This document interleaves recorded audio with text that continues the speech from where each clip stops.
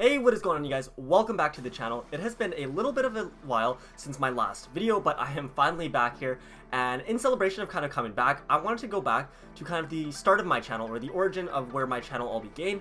And if you guys have been with my channel for over a year now, you guys will actually know that I used to make a lot of these concept videos inside of Clash of Clans, where I'd kind of be going over what kind of troops or what kind of updates I wanted to see added into the game in the future. And so in celebration of that, or to kind of just, get a little bit of that nostalgic feel, I want to go back, look at some of my favorite troop concepts that I want to see added into one of the future Clash of Clans updates. So without further ado, let's go ahead and hop into it. And also, just a really quick thank you to the sponsor of today's video. You guys have probably already heard of them. They are awesome, and they are one of the reasons I can keep producing the content that I do. And so I just wanted to go ahead and give you guys a quick message from them. I'll be right back. Before we get into the rest of the video, here is a quick message from today's video sponsor. When was the last time you felt like the most powerful being in the world? Never? Well, don't worry, because now you can get that feeling almost on demand with the world's biggest, best, and most badass mobile game out there, Raid Shadow Legends. This game has a ton of depth. It's got 13 playable factions, and today we're going to be talking about the High Elves. Okay, so the High Elves are just your good old classic good guys. Well, mostly. They live in their walled kingdom of Aravia, they're easy on the eyes, their queen is a powerful sorceress, and they've been fighting evil since before that was even cool. The problem is, it's not always clear whose side they're on. To find out more though, you'll have to meet them yourselves in the story campaign. Here's a look at some of my favorite High Elven champions. Now, my favorite part about Raid Shadow Legends is definitely the PvP arena, because you get the chance to show off all your best champions, and you also get to battle against head-to-head other players in real time and show them who's boss. Now, Raid recently released its biggest update ever, the Doom Tower. It's a giant tower with 120 floors, a bunch of secret challenge rooms, and 12 seriously badass bosses to take on. And I've been having a blast with it so far. It's a huge challenge, but I'm having a lot of fun trying to beat it. On top of that, Raid also just released a bunch of amazing new champions, and there will be even more coming this month.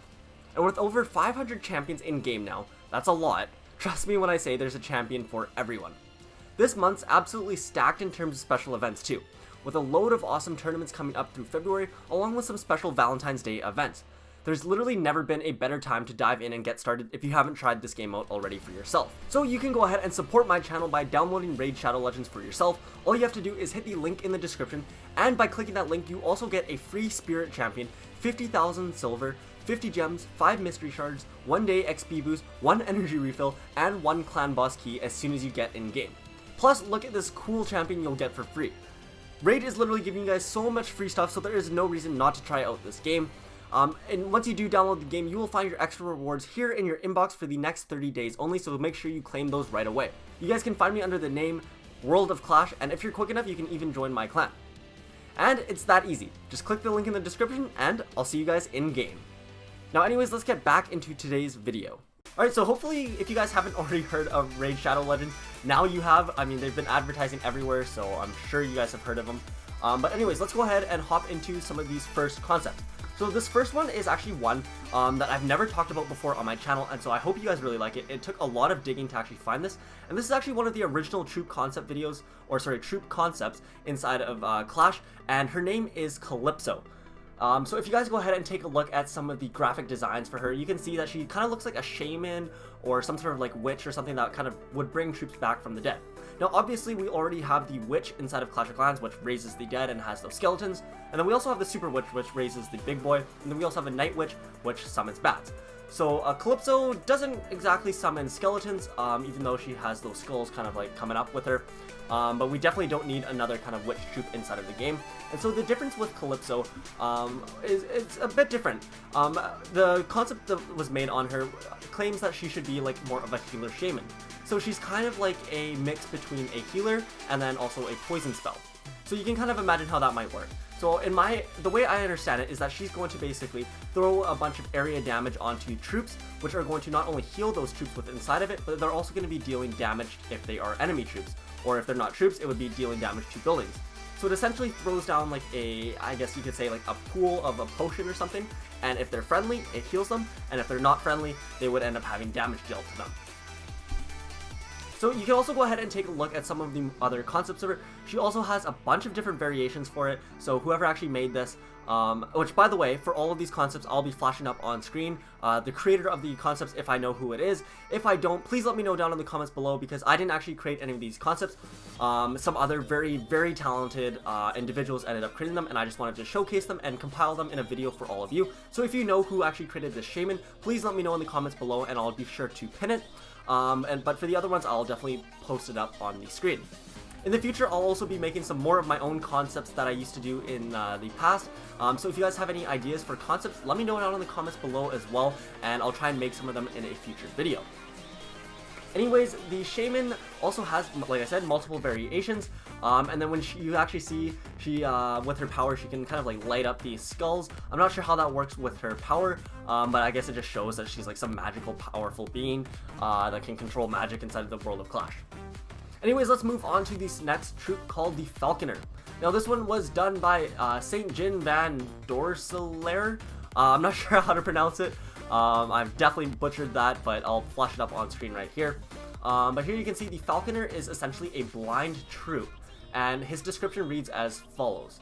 Born blind, the elder brother of the king was passed up for the throne. While growing up, he trained his trusty falcon to be his guiding eyes. Now that the duo finally moves as a unit, they are ready to reclaim what is rightfully theirs. So apparently this guy right here used to be a brother of the king, and he didn't end up getting the throne, and now he's out seeking revenge, and apparently his troop is going to have a falcon with him. So this guy himself is actually blind, and his falcon is probably going to be the main dealer of his damage, or at least it's going to be his eyes. Now, there wasn't any gameplay or description of what sort of attack he actually does, but kind of like seen from other video games and what they do. Typically, sometimes the bird will go and attack for them, so he'll have like insane range, while he also does his own thing in the back. Assuming, or considering that he's blind, he'll probably have a kind of like a wide range attack that might do like splash or something like that. Okay, so the next troop concept is actually done by the incredibly talented Vovson, who unfortunately retired from Clash of Clans, which is really unfortunate because he was one of the most talented graphic artists out there, and he created some amazing troop concepts, which I'd love to showcase in some more of my videos in the future. But anyways, this guy's name is the Ranger. His favorite target is any, damage type is a single target, and he's going to take up 7 space. So his description is, beware, this guy is both sneaky and clever, the Ranger they call him, and he figured out the technique to clone himself. Now that's clever.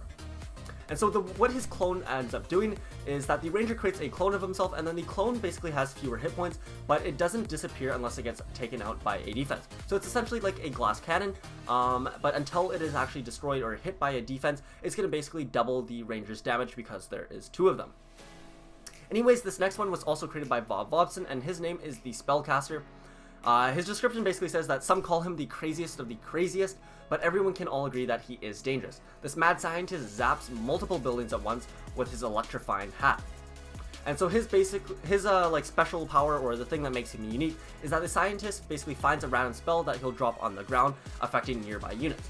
So essentially, like whenever you place him, he'll kind of just randomly throw spells on the ground. You might be lucky, it might be like a rage spell or a heal spell, or it might be like a completely useless, say like poison spell or earthquake when he's not even close to anything. So it all kind of depends and adds kind of a bit of a randomness effect to the whole game, which is kind of cool, and could also be very useless depending how you use him. Let me know what you guys think about the Spellcaster. It's kind of like a unique concept, and it kind of sounds like it might actually be more of a siege machine rather than a troop, because like you could kind of picture like the wall wrecker as he goes, it drops like a spell or something like that. So it's kind of interesting. Anyways, this next one here is called the Battlebot. Now this one might look a little bit familiar to you guys.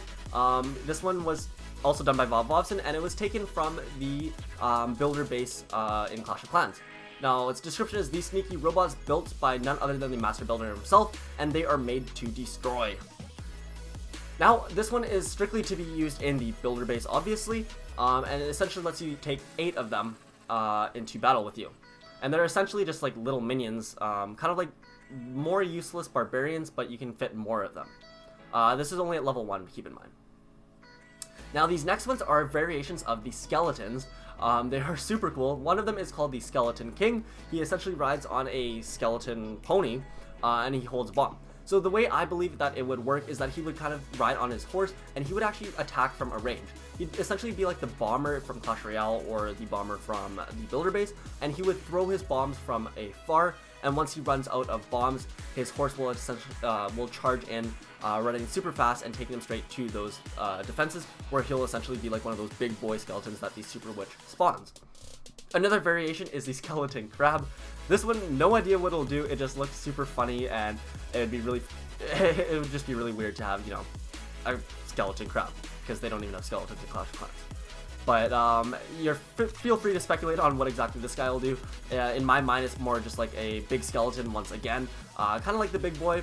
Maybe it does more damage, moves extra slow or something, because, you know, it's a skeleton, its legs are kind of wonky. But I don't know. It just looks a lot more scarier and badass than a big boy does. Now, moving on to these other ones. These ones are a lot older, and they actually took a long time to find. But one of them was, I believe it first came out like 5 years ago, back when Clash of Clans was still like growing a lot. And this was the centaur. Someone actually created it, and like I said, it was so hard to find that the only image I could find of it was super blurry. But I'm sure if you can imagine what a centaur would do. It's essentially a horse, or half horse, half man, and it attacks from a range with a bow and arrow. So it'd be a super fast moving unit. It would also be able to jump over walls, but the thing is, it would be attacking from a distance, so it would actually be able to outrange certain things. So anyways, there's that. The next one is the Royal Giant. For any of you guys that have played Clash Royale, you'll know exactly what this guy is.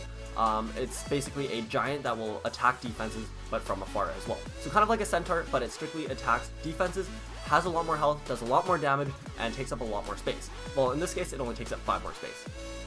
And then the last one of today's video is the Cannoneer. Now, this was one of the first ever concepts I could find, hence the not so great graphics, or I wouldn't say not so great graphics, it was just like created a long time ago, and so things have improved a lot since then. This one was done by Clash with Realm, and it's basically a ranged unit, so it'd be similar to an archer, but it does splash damage and does big damage. So it'll fire cannonballs or like mortar shots over the walls and deal splash damage to troops, buildings, walls, whatever it is, and it'll do it all from the safe distance of far away. Now anyways, that is it for all of the troop concepts that I have for you guys today. There are a lot more out there, and I've also got a few ideas of my own that I want to create in future videos. But if you guys have any ideas that you guys want to see created, let me know down in the comments below, and I'll try and see what I can do. I'll be coming back to this video next time I create my next concept video, and then I'll actually feature your guys' comments down below. I'll feature your comments in the video if you guys do leave them. But yeah, if you guys do like this video, make sure you leave it a thumbs up. Let me know down in the comments below, and I will see you guys all in the next video. Peace out.